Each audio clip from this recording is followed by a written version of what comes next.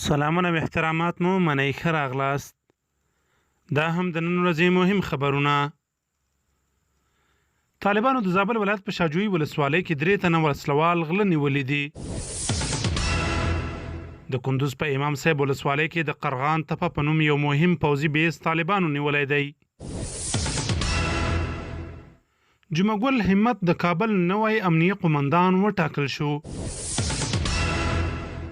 کویت له افغانستان نه په ورتلونکو پروازونو بندیز ولګاوه. پنجشیر کې د اکرام الدین اکرام د نیولو عملیات ناکام پای ته رسیدلی.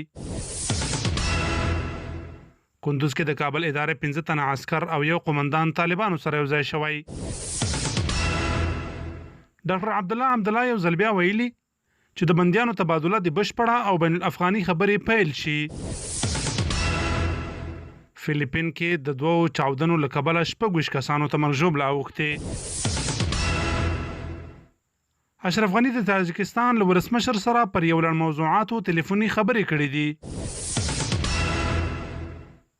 پاکستان هند په افغانستان کې د سولې پر وړاندې په خنډونو ایجادولو تورن کړی دی.